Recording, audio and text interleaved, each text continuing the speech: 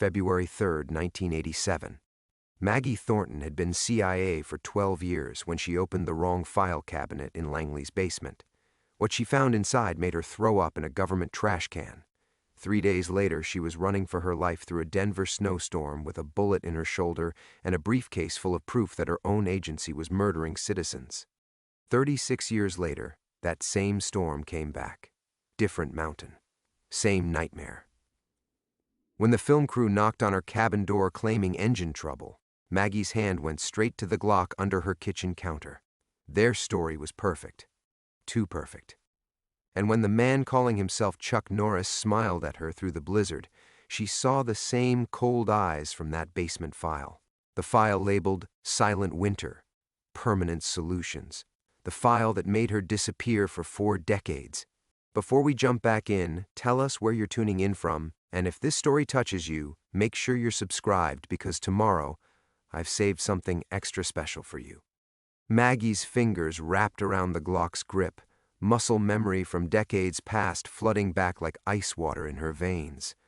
Through the frosted window of her kitchen, she counted 6 figures trudging through the knee-deep snow toward her porch.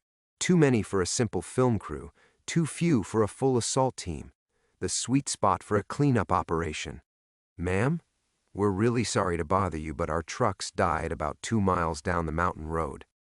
The voice belonged to a young woman, maybe 30, with the kind of practiced helplessness that screamed training. We've got equipment worth millions, and this storm's getting worse. Maggie kept her hand on the weapon and used her free hand to crack the door open just enough to speak through the chain. The wind howled like a living thing, driving snow horizontally across her covered porch. What kind of film? Action movie. We're the advance crew for tomorrow's shoot. The woman's breath came out in perfect white puffs, but her cheeks weren't red enough for someone who'd been walking in sub-zero weather. Mr. Noris is here personally to scout locations. There it was, the name that had haunted her nightmares for 36 years. Maggie's eyes found him in the back of the group, tall, bearded, wearing the kind of winter gear that cost more than most people's cars. He wasn't the Chuck Norris the world knew from movies and internet memes.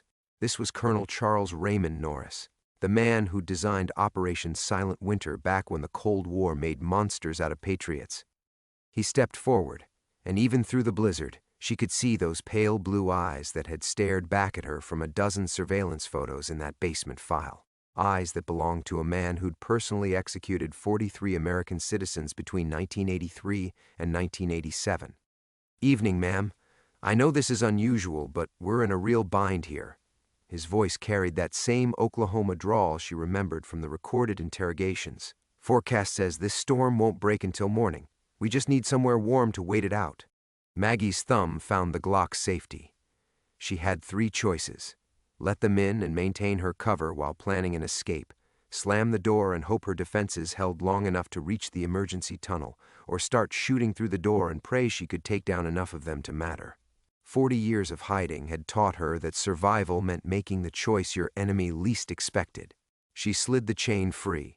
Come on in before you all freeze to death. The words tasted like copper pennies in her mouth.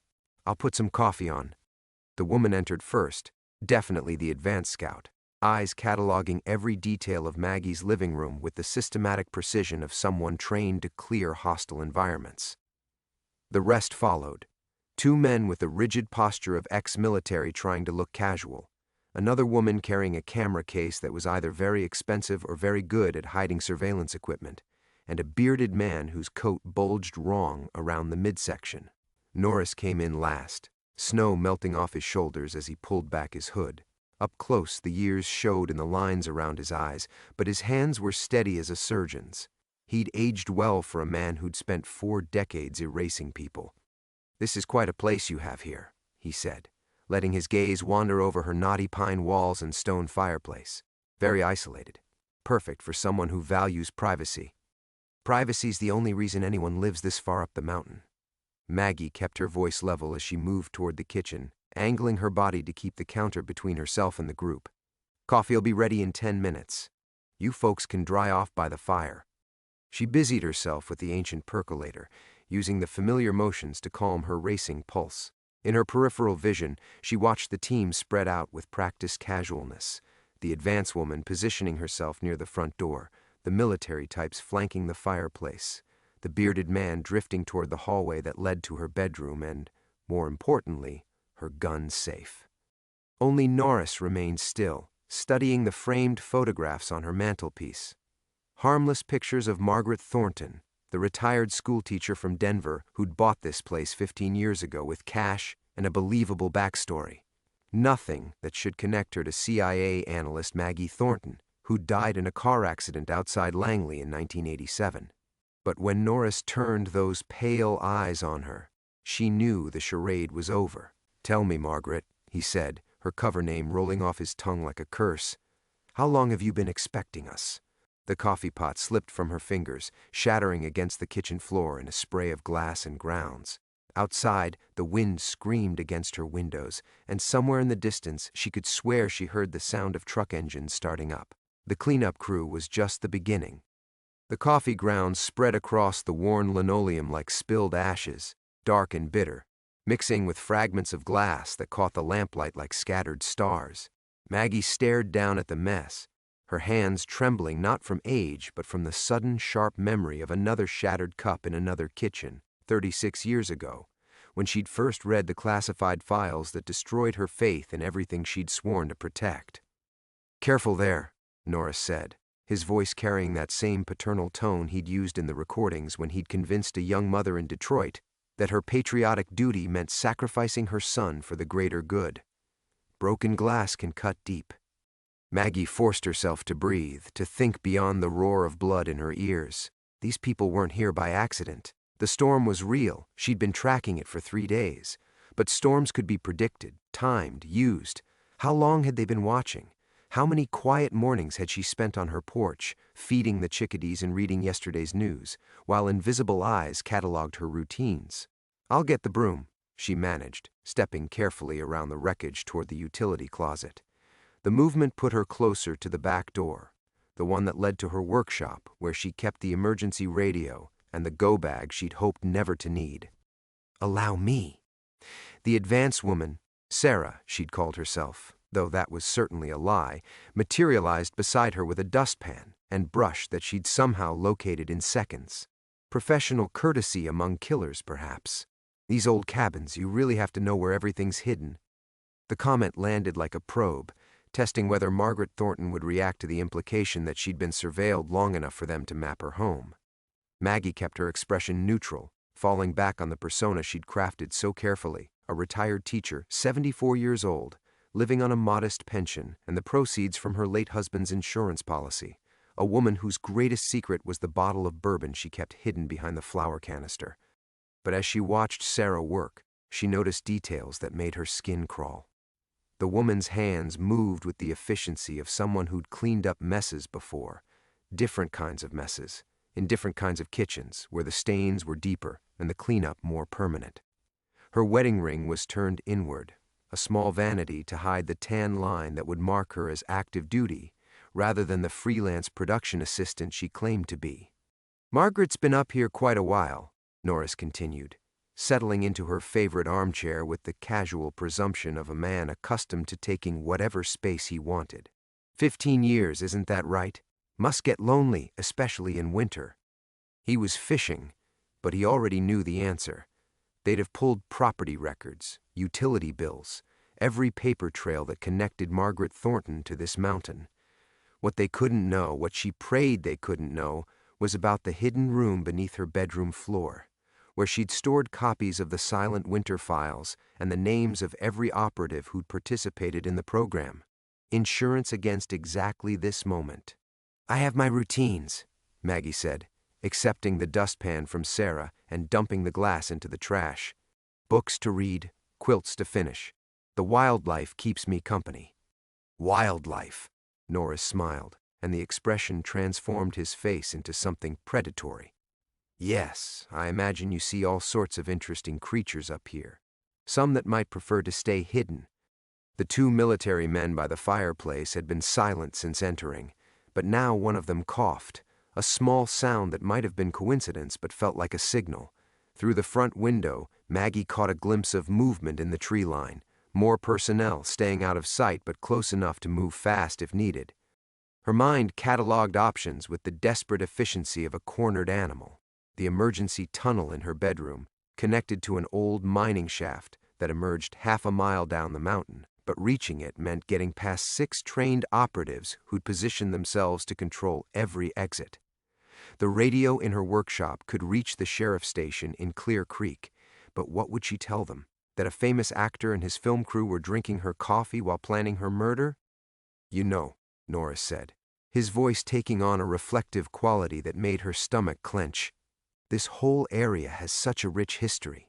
Mining booms, government land grants, all sorts of fascinating stories buried up here in the snow." His pale eyes found hers across the room. Some stories that people thought were lost forever. Maggie felt something break inside her chest, not from fear but from a grief so old and deep she'd forgotten it was there. 36 years of running, of building a life from lies, of pretending that Margaret Thornton's simple existence could somehow balance the weight of what CIA analyst Maggie Thornton had discovered in that basement archive. 36 years of feeding birds and quilting and reading mystery novels, while the ghosts of 43 murdered Americans whispered her name in her dreams. Outside, the storm howled with renewed fury, as if nature herself was screaming a warning. But warnings, Maggie knew, always came too late. The antique rotary phone on her kitchen counter began to ring. The sound cut through the storm's howl like a blade, sharp and insistent in a way that made everyone in the room freeze. Maggie's blood turned to ice water. Nobody had called that number in 3 years, not since Mrs. Kowalski down in Clear Creek had finally been moved to the nursing home. The phone company had wanted to disconnect the line entirely, but she'd insisted on keeping it, paying the monthly fee for a service she never used because Margaret Thornton was the kind of woman who held on to old things out of sentiment. But CIA analyst Maggie Thornton knew that phone calls in the middle of blizzards, during active operations, were never accidents. "Popular lady," Noris observed, his voice carrying a note of curiosity that didn't reach his eyes. "Bit late for social calls, isn't it?" The phone rang again, the old brass bell inside the rotary mechanism clanging with mechanical persistence. Sarah had gone completely still beside the kitchen counter, her hand resting near what Maggie now realized was definitely not a camera case. The 2 men by the fireplace had shifted their stances, no longer trying to look casual. "Ring, ring. Aren't you going to answer it?" This from the bearded man who'd been quietly cataloging the contents of her hallway. His coat still bulged wrong, and now she could see the outline of a shoulder holster beneath the expensive winter gear. Maggie's mind raced through possibilities. A wrong number would be suspicious. Who misdialed during a blizzard? A right number would be worse. Margaret Thornton had no family, no close friends, no one who would call at 10:30 on a night when the roads were impassable. Unless, ring, unless someone else was watching. She moved to the phone with the careful steps of a woman whose arthritis was acting up, buying time to think. Her fingers wrapped around the heavy black receiver, muscle memory from decades past, recognizing the weight and balance of a device from another era. She'd used phones like this to coordinate dead drops in Prague, to relay intelligence from safe houses in Berlin. But this wasn't 1987, and she wasn't that woman anymore. "Hello?" Static crackled through the line, heavy with the interference of storm and distance. Then, through the electronic snow, a voice she hadn't heard in 36 years, but would recognize until the day she died. "Winter's coming early this year, isn't it, Mockingbird?" The code name hit her like a physical blow. Mockingbird, her operational call sign from the silent winter investigation, known only to 3 people in the entire agency. Thomas Brennan, her handler, who died of a heart attack in 1994. Director William Ashford, who'd committed suicide rather than face congressional inquiry in 1998. And James Jimmy Chen, her partner in the basement archives, who'd supposedly burned alive in that warehouse fire in Baltimore just hours before they were scheduled to present their findings to the Senate Intelligence Committee. "I'm sorry," she managed, her voice steady despite the earthquake in her chest. "I think you have the wrong number." "No, Margaret. I have exactly the right number." Jimmy's voice carried 4 decades of weariness, but underneath it was something else: urgency, desperation, fear. Listen to me very carefully. They found me 3 days ago. I've been running since Tuesday, but the storm gave me a window. I'm in a diner about 20 miles south of you, and I need you to know the line went dead, not disconnected, dead. The kind of sudden silence that came when someone cut a phone line with wire cutters, or put a bullet through a junction box, or pressed a knife to a throat and whispered instructions about staying quiet. Maggie held the receiver to her ear for several seconds longer, her face a mask of polite confusion that Margaret Thornton would wear when dealing with a wrong number. Inside, everything she'd built over the past 36 years was crumbling like old newspaper in flames. Jimmy was alive. Had been alive all this time, while she'd grieved him and blamed herself for his death, and carried the weight of being the only surviving witness to what they'd discovered in those basement files. Jimmy, who'd held her while she cried after reading the transcript of the Detroit operation. Jimmy, who'd promised they'd expose everything together, who'd sworn they'd make sure those 43 victims weren't forgotten. Jimmy, who was now 20 miles away in a diner, probably dying or already dead, while the architect of Silent Winter sat in her living room and smiled like a patient predator. "Everything all right?" Noris asked, though his tone suggested he already knew it wasn't. "Wrong number," Maggie said, hanging up the phone with hands that didn't shake because Margaret Thornton's hands wouldn't shake over something so trivial. "Someone looking for the Hendersons' place, I think. Lines get crossed when the wind's like this." But as she turned back to face the room, she saw that the pretense was finally over. Sarah's weapon was in her hand now, held low but ready. The men by the fireplace had spread apart to create a crossfire pattern. The bearded man was no longer pretending to examine her family photos, and Noris was smiling with the satisfaction of a man whose trap had finally snapped shut. "Funny thing about wrong numbers, Mockingbird," he said, using her code name like a scalpel. "Sometimes they're exactly right." The silence that followed stretched like a wire about to snap. Maggie felt the familiar weight of her concealed Glock against her ribs, but 6 weapons were already trained on her from positions she couldn't counter simultaneously.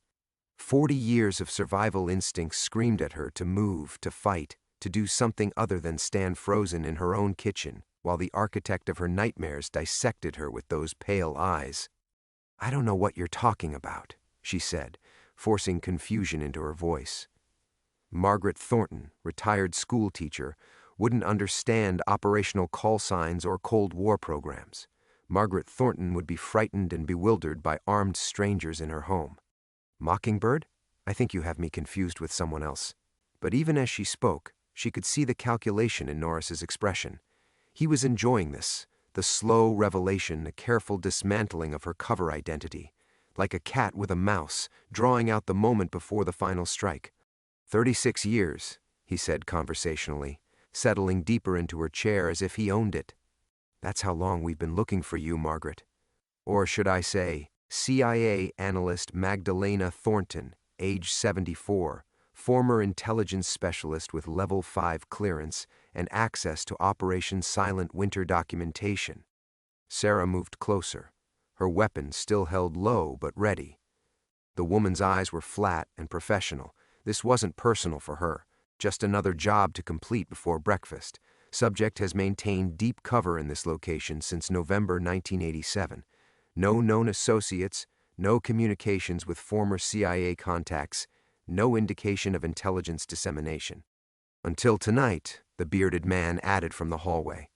His voice carried a slight accent, Eastern European, maybe Czech. "Phone call changes everything." Maggie's mind raced through scenarios. Jimmy's call hadn't been random. He'd known exactly where to find her, which meant he'd been watching too, staying hidden all these years just as she had. But if they'd found him 3 days ago, how much had he told them before he'd managed to escape? How much did they already know? "I still don't understand," she insisted, taking a half step toward the kitchen island. The movement put her fractionally closer to the knife block, though she knew she'd never reach it. "You're talking about the CIA? About operations? I taught 3rd grade in Denver for 42 years. I don't know anything about—" "Stop!" Noris's voice cut through her protest like a blade. When she looked at him, The pretense of patience was gone, replaced by something cold and surgical. "We found your real identity 6 months ago. Took us this long to organize the retrieval because of your location and the need for weather cover. The storm was just convenient timing." He stood slowly, his movements controlled and deliberate. Behind him, she could see more figures moving past the windows. The team outside was closing in, eliminating any escape routes through the storm. "James Chen lasted longer than we expected," Noris continued, and Maggie's heart clenched at the past tense. 3 days of questioning before he broke. "He told us about the insurance policy you both maintained, copies of the Silent Winter files hidden somewhere up here in your little fortress. He told us about the names, the operational details, the evidence you've been sitting on for 4 decades. You killed him!" The words slipped out before she could stop them, and she saw Sarah tense at the admission of knowledge. Margaret Thornton wouldn't know who James Chen was. Margaret Thornton had just blown her own cover. "James killed himself," Noris corrected. "Chose the easy way out rather than face what was coming. But not before he told us everything we needed to know about his former partner's survival instincts." The storm outside seemed to intensify, wind hammering against her windows with renewed fury. But inside her cabin, the air had gone still and heavy, charged with the electricity that preceded violence. She could feel it in the tension of Sarah's shoulders, in the way the men by the fireplace had stopped pretending to be casual observers. "Where are the files, Mockingbird?" Noris asked, his voice gentle now, almost paternal. "We're going to find them eventually. The only question is whether you make this easy or difficult." Maggie looked around her home, at the quilts she'd stitched during lonely winters, at the photographs of the woman she'd pretended to be, at the simple life she'd built from lies and necessity. 36 years of hiding, and it was ending where it began, with the man who'd murdered 43 innocent Americans asking her polite questions in a voice like poisoned honey. But as her eyes moved across the room, they caught something the others had missed. Through the back window, barely visible through the swirling snow, a shadow moved differently than it should have, not closing in like the others, but staying back, watching. Someone else was out there in the storm, someone they didn't know about. For a moment that felt like eternity, Maggie weighed her options against the shadow beyond her window. Then Noris shifted in her chair, and the spell broke. "You're thinking about that movement outside," he said, his voice carrying the tired patience of a man who'd anticipated every possible gambit. "Wondering if it's rescue, or just another member of our team you hadn't spotted yet." The casual way he dismissed her one hope hit harder than a physical blow. Of course they'd seen it too. Of course they'd accounted for every variable, every shadow, every desperate prayer she might cling to in these final moments. "The thing is, Mockingbird," Noris continued, rising from her chair with the fluid grace of a man 30 years younger, "James told us something else before he chose his exit strategy. Something about why you really went into hiding." Maggie felt the blood drain from her face. There were things Jimmy knew, things she'd confessed to him in those terrible weeks after they'd first uncovered the Silent Winter files. Secrets that went deeper than classified documents, deeper than government cover-ups. It wasn't just about being a witness, was it? Noris moved closer, close enough that she could smell his cologne, expensive, subtle, the kind of scent a man wore to boardroom meetings where he decided which countries to destabilize. It was about who you failed to save. The name hit her before he spoke it, rising from the buried places in her memory like poison gas from a disturbed grave. Rebecca Chen, age 16, James's younger sister. The room tilted around her. 43 victims in the official Silent Winter files, but there had been a 44th name in the classified addendum, a teenage girl whose only crime was overhearing a phone conversation between her brother and his CIA partner. A girl who'd asked too many questions about why Jimmy was working late so often, why he came home with haunted eyes and wouldn't talk about his job anymore. "No," Maggie whispered, but the word came out broken, drained of conviction. "Rebecca Chen, found dead in Rock Creek Park on November 15, 1987, Sarah recited from memory, her voice clinical and precise. Official cause of death, apparent suicide by drowning. Unofficial cause, termination of potential security breach under Silent Winter protocols." "She was just a child," Maggie said, and Margaret Thornton's careful mask finally cracked completely. "She didn't know anything. She couldn't have compromised the investigation. But she might have, Noris replied with the detached logic of a man who'd built his career on preemptive strikes. In our business, might have is sufficient justification. You know that. You've always known that. The worst part was that he was right. In 1987, CIA analyst Maggie Thornton had understood the brutal calculus of national security. She'd signed off on operations that erased inconvenient people from the world like typos from a classified document. She'd told herself it was necessary, that the greater good required smaller sacrifices, that someone else would make these decisions if she didn't. Until the day Jimmy came to her office, shaking and pale, and told her his baby sister had asked him why men in dark suits had been watching their house. "You could have warned us," Noris said, his voice soft now, almost sympathetic. "Could have reported her questions through proper channels. We might have found another solution. Relocation, memory modification, any number of alternatives to permanent termination. I tried to—" "You tried to handle it yourself. Told James to send her away, to their aunt in California. Thought you could circumvent the protocols, save one innocent life while still completing your investigation." Noris shook his head with mock regret. "But Rebecca Chen never made it to California, did she? She made it to Rock Creek Park, where our cleanup team was waiting." The memory of that phone call would haunt her forever. Jimmy's voice, raw with grief and rage, telling her they'd found his sister's body, telling her what the medical examiner had really found beneath the water, telling her that her attempt to save one life had instead ensured its destruction, because their deviation from protocol had been detected and corrected with extreme prejudice. 43 victims in the files you're hiding," Noris said, "but 44 names written on your conscience. That's why you ran, isn't it? Not because you were afraid for your own life, but because you couldn't face James Chen knowing you'd gotten his sister killed."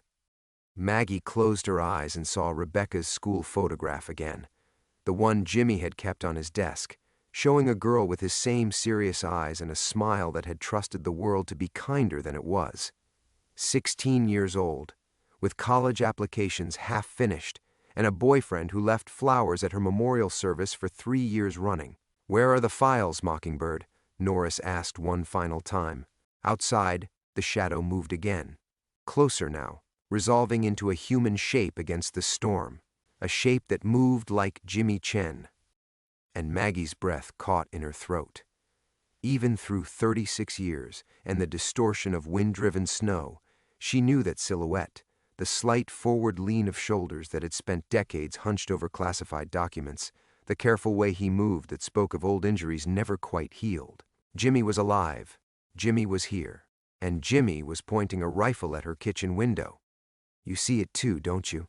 Noris said, following her gaze with casual interest. "Amazing what grief can drive a man to do. 36 years of planning, of watching, of waiting for exactly the right moment." The world shifted beneath Maggie's feet as understanding crashed over her like ice water. "No, he called to warn me." "He called to confirm you were here," Sarah corrected, her weapon now aimed directly at Maggie's chest. "To make sure we had the right location before he gave us the final go-ahead." The phone call. Jimmy's voice tight with urgency, telling her they'd found him 3 days ago. But what if they hadn't found him? What if he'd found them? "James Chen has been working with us since 1988, Noris said, settling back into her chair as if he were delivering a weather report. "Did you really think we'd let the only other witness to Silent Winter just disappear? That we wouldn't keep tabs on him, cultivate him, turn his grief into something useful?" Maggie's mind reeled backward through decades of assumptions, rebuilding everything she thought she knew. The warehouse fire that had supposedly killed Jimmy, staged, his death certificate, fabricated, the guilt she'd carried for 36 years, believing she was the only survivor. A lie designed to keep her isolated, manageable, contained. "We knew you'd hidden the files somewhere remote," Noris continued. "Knew you'd never trust them to a bank vault or safe deposit box. So we gave James a new identity, a new life, and one very simple mission. Watch and wait. Eventually, you'd make contact, or something would force you into the open. We just had to be patient." Through the window, Jimmy's shape moved closer. In the brief gaps between snow squalls, she could see his face. Older, weathered by decades she'd thought he hadn't lived to see, but unmistakably him. The partner who'd held her when she cried over Rebecca's photograph. The man who'd sworn they'd expose everything together. The man who'd been hunting her for 36 years. He volunteered for the assignment, Sarah added, her voice carrying a note of professional admiration. Insisted on it, actually. Said he knew you better than anyone, knew how you'd think, where you'd run. Turns out he was right. Rebecca, Maggie whispered, and the name came out like a prayer or a curse. He loved his sister. He would never... He loved his sister, Noris agreed. Loved her enough to spend 4 decades making sure her death meant something. Making sure the woman responsible faced justice. The words hit like physical blows. In her memory, she could see Jimmy's face the day after they'd found Rebecca's body, not just grief, but something colder underneath, something calculating. She'd thought it was shock, the numb processing of unbearable loss. But what if it had been something else entirely? What if it had been the moment James Chen decided that Maggie Thornton needed to pay for getting his sister killed? Every Christmas card you never sent, Noris said conversationally. Every birthday that passed without contact. He knew you were thinking about him, carrying that guilt. He counted on it. Guilt makes people predictable, and predictable people make mistakes. Outside, Jimmy had reached the window. Through the glass, their eyes met for the first time in 36 years. His face was older, carved with lines of patience and purpose, but his eyes held the same intensity she remembered from those long nights in the basement archives. Only now she understood what that intensity really was.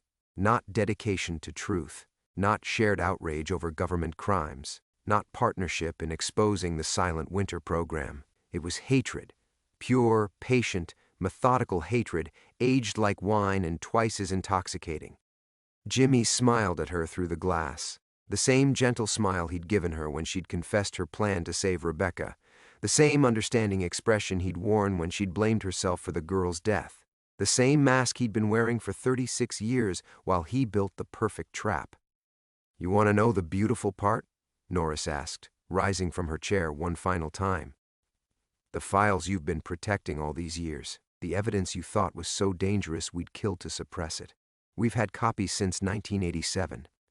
James gave them to us the day after his sister's funeral. Maggie's legs nearly gave out. Everything. Her exile, her isolation, her decades of hiding, all of it meaningless. The secret she'd guarded with her life hadn't been secret at all. So what happens now?" she asked. Surprised, her voice still worked. Noris glanced toward the window where Jimmy waited with the patience of a man who'd already won. Now you pay for Rebecca Chen, just like James always planned." The words hung in the air like smoke from a funeral pyre, and Maggie found herself laughing. A sound so broken and hollow it made Sarah's finger twitch on her trigger. 36 years, Maggie said, the laughter dying as quickly as it had come. 36 years of guilt. And you want to know the truth about Rebecca Chen? Noris paused, his hand already reaching for the door.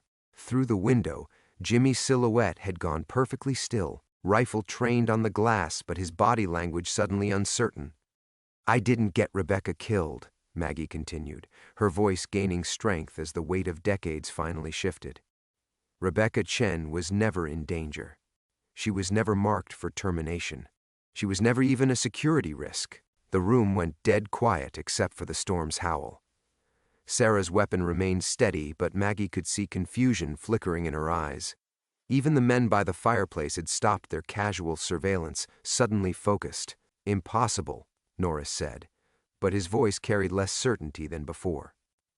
The files indicate what I wanted them to indicate." Maggie turned to face him fully, and for the first time since they'd entered her home, she felt like herself again. Not Margaret Thornton, not the broken exile, but CIA analyst Maggie Thornton, the woman who'd spent 15 years crafting covers and managing intelligence before anyone in this room had learned to fire a weapon. Rebecca Chen died because she discovered something her brother never knew she'd found. She died because she was 16 years old and curious, and followed Jimmy to a meeting she should never have witnessed. But she didn't die because of Operation Silent Winter. Through the window, Jimmy's rifle wavered slightly. Even through the snow and glass, she could see his face changing, confusion replacing the cold satisfaction he'd worn moments before. "She died because of Operation Paperweight," Maggie said, and watched Sarah's face go pale. "The program that made Silent Winter look like a church picnic. The program that even you, Mr. Noris, don't have clearance to know about." The lie rolled off her tongue with the practiced ease of a woman who'd spent her career making fiction sound like intelligence reports. But it wasn't entirely a lie. There had been classified projects beyond Silent Winter, compartmentalized operations that even she had only glimpsed in fragments. The beauty of government paranoia was that it made every conspiracy seem plausible. Rebecca saw Jimmy meeting with his handler. Not me, but his real handler from counterintelligence. She followed them to a safe house in Georgetown and overheard enough to piece together that her brother wasn't just an analyst, that he was running agents inside foreign embassies, turning diplomats, stealing secrets that could start wars or prevent them. Noris's confidence was cracking now. She could see it in the way his shoulders had tensed. The story was too detailed, too specific to dismiss as desperation.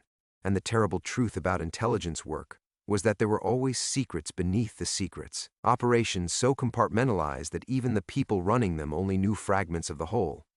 Jimmy never knew she'd found out, Maggie pressed on. Never knew she'd seen too much. But his handler did.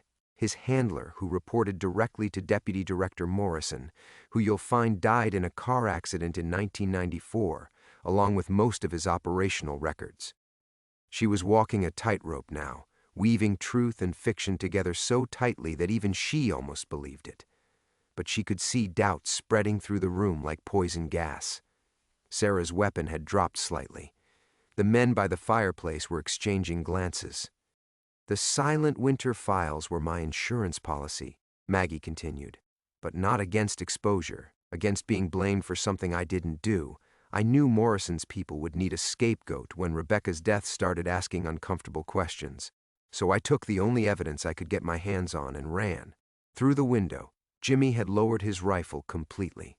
His face was pressed against the glass now, his breath fogging the surface as he tried to read her lips, tried to understand what she was saying that had changed the energy in the room so completely. "You're lying," Noris said, but the words lacked conviction. In their business, lies and truth were often indistinguishable until someone died proving which was which. "Call Langley," Maggie suggested. "Ask them about Operation Paperweight. Ask them about Morrison's counterintelligence division and why those files are still classified 40 years later. Ask them why they never really tried very hard to find me." The silence stretched out like a held breath. Outside, the storm was beginning to ease slightly, the wind's howl dropping to a steady moan. Dawn was still hours away, but something fundamental had shifted in the darkness. Maggie looked directly at Jimmy through the glass, and for the first time in 36 years, she saw uncertainty in his eyes. "Or," she said quietly, "you could ask James why he never questioned how Rebecca really died." The question hit the room like a gunshot, and Maggie watched 36 years of carefully constructed lies begin to crumble. Through the window, Jimmy's face contorted with an emotion she hadn't seen since the day they'd found his sister's body. Not anger, not hatred, but the terrible dawning of doubt. "What are you saying?" Noris demanded, but his voice had lost its commanding edge. For the first time since entering her cabin, he sounded like a man confronting the possibility that he might be wrong. Maggie stepped closer to the window, close enough that Jimmy could see her lips clearly through the glass. When she spoke, it was to him, not to the killers in her living room.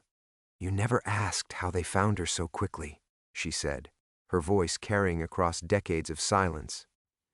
"Rebecca went missing on a Tuesday evening. They found her body Wednesday morning, in a park 15 miles from your house." "But Jimmy, how did they know where to look?" Through the glass, she watched his face change. The rifle slipped from his hands entirely, clattering against the cabin's exterior wall as he pressed both palms against the window like a man drowning. "You told them your sister was at your aunt's house in California," Maggie continued, her eyes never leaving Jimmy's. "But the next day, when you called to check on her, your aunt said Rebecca had never arrived, said she'd never gotten on the plane. So why didn't you call me? Why didn't you ask for help finding her?" Sarah's weapon had dropped to her side. Behind her, the two men by the fireplace had abandoned all pretense of casual surveillance, their faces tight with the recognition that something fundamental was shifting in the room. "Because they told you she was safe," Maggie said, and her voice broke slightly on the words. "Didn't they, Jimmy? When you called your handler in a panic, when you told them Rebecca was missing, they said they'd found her. They said they were bringing her in for her own protection." The silence in the room was deafening. Through the window, Jimmy's mouth moved soundlessly, forming words that might have been denials or might have been prayers. "You trusted them," Maggie whispered. "Just like I trusted them. Just like we both trusted the system we'd given our lives to serve. And they used that trust to make you complicit in your own sister's murder." "No," Jimmy's voice came muffled through the glass, but loud enough for everyone to hear. "No, they promised she was safe. They said they were protecting her." Noris spun toward the window, his face white with rage. "Chen, stand down. Do not engage with the target." But Jimmy wasn't listening anymore. 36 years of carefully maintained certainty was crumbling behind his eyes, and Maggie could see him remembering details he'd forced himself to forget. Inconsistencies in the official story, questions he'd never asked, coincidences that were anything but coincidental. "They needed you angry," Maggie said, her voice gaining strength as the truth finally broke free. "Needed you focused on revenge instead of investigation. Because if you'd ever really looked into Rebecca's death, really examined the timeline, the witness statements, the forensic evidence, you'd have discovered what I figured out 15 years too late." She pressed her own hand against the glass, matching Jimmy's palm through the barrier of ice and decades. "Rebecca didn't die because she was a security risk. She died because someone needed to control us both. Someone who knew that guilt and grief would make us easier to manipulate. Someone who understood that two analysts asking uncomfortable questions about Operation Silent Winter could be neutralized much more efficiently by turning them against each other." The pieces were falling into place now, visible in Jimmy's expression as he remembered things he'd been trained not to examine. The handler who'd been so quick to offer comfort. The investigation that had been closed so efficiently. The new assignment that had pulled him away from D.C. just days after the funeral. "Morrison," Jimmy breathed, and the name fogged the glass between them. "Morrison," Maggie confirmed. "Who knew Rebecca had followed you to that safe house? Who knew exactly what she'd overheard and how dangerous it could be? Who also knew that eliminating one 16-year-old girl was child's play compared to eliminating two experienced CIA analysts who might start asking the right questions?" Noris was reaching for his weapon now, his face twisted with the fury of a man watching decades of careful planning unravel in real time. But Sarah's hand closed over his wrist, stopping him. "Sir," she said quietly, "we need to verify this. If Operation Paperweight is real—" "Operation Paperweight was a fantasy," Noris snarled, "a desperate gambit from a cornered traitor." But Maggie smiled, cold and triumphant. "Was it? Then you won't mind calling Langley to confirm." Through the window, Jimmy Chen straightened slowly, his hands falling away from the glass. When he looked at her now, Maggie saw something she hadn't seen in 36 years. Her old partner, the man who'd helped her piece together impossible puzzles and expose uncomfortable truths. The man who was finally ready to ask the right questions. The call to Langley came at 4:47 a.m., Mountain Time. Maggie sat in her kitchen chair, hands wrapped around a mug of coffee that had long since gone cold, listening to Noris's voice grow increasingly strained as he worked his way up the chain of command. Each transfer brought a longer hold time, more hushed conversations, and deeper lines of worry across his weathered face. Jimmy had come inside an hour earlier, moving like a man walking through the ruins of his own life. He sat across from her now at the same table where she'd eaten solitary meals for 15 years, his eyes fixed on something only he could see. The rifle he'd carried for 36 years of hunting lay abandoned in the snow outside, already half buried by the storm's final hour. "Morrison's files were unsealed last month," Sarah reported quietly, hanging up her own phone. "Congressional Oversight Committee. They found discrepancies in 17 different operations between 1985 and 1989. She paused, looking at Maggie with something that wasn't quite respect but was close enough.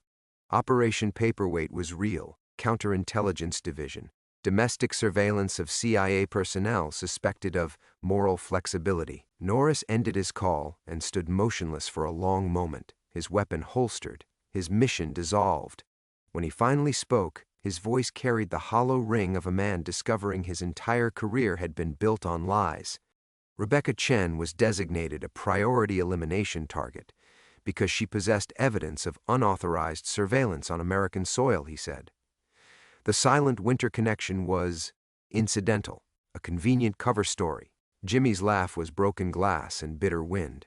40 years, he whispered. 40 years of hating the wrong person.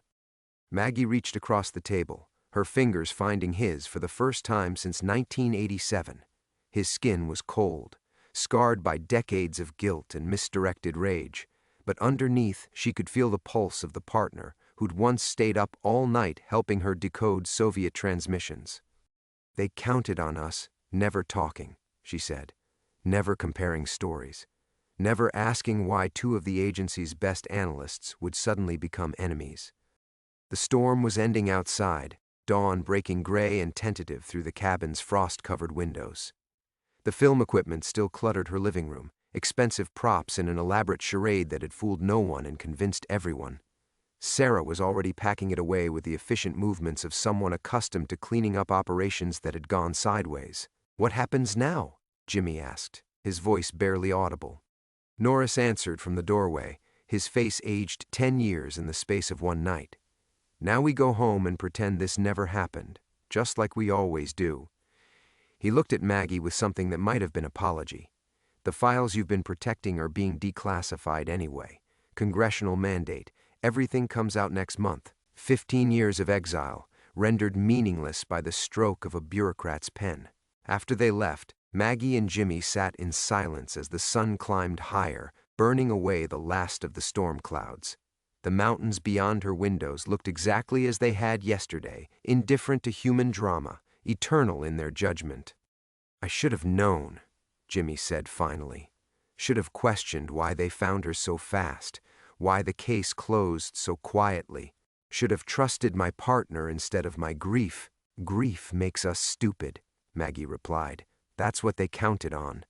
He stayed 3 more days, helping her repair the damage from the storm, both the physical destruction to her cabin and the deeper wreckage of their shared past. They didn't talk much, but they worked side by side the way they once had, two people rebuilding something that had been broken for too long. On the morning he left, Jimmy paused at her door with his keys in his hand. "Will you come back to D.C.?" he asked. "When the files are released, there'll be hearings, congressional testimony. They'll want to hear your side." Maggie looked out at the mountains, at the wilderness that had sheltered her for 15 years and shaped her into someone stronger than the woman who'd fled the capital in 1987. "I think I'll stay here," she said. "The truth doesn't need me anymore." He nodded, understanding in a way that only former partners could. At the truck, he turned back one last time. "Maggie, I'm sorry. For all of it." "Me too," she said, and meant it. She watched his truck disappear down the mountain road, then walked back inside to make coffee and plan her day. There were gutters to clean, firewood to stack, a life to continue living. The truth was finally free. Rebecca's ghost was finally at rest, and Margaret Thornton was finally genuinely alone. For the first time in 36 years, the solitude felt like peace.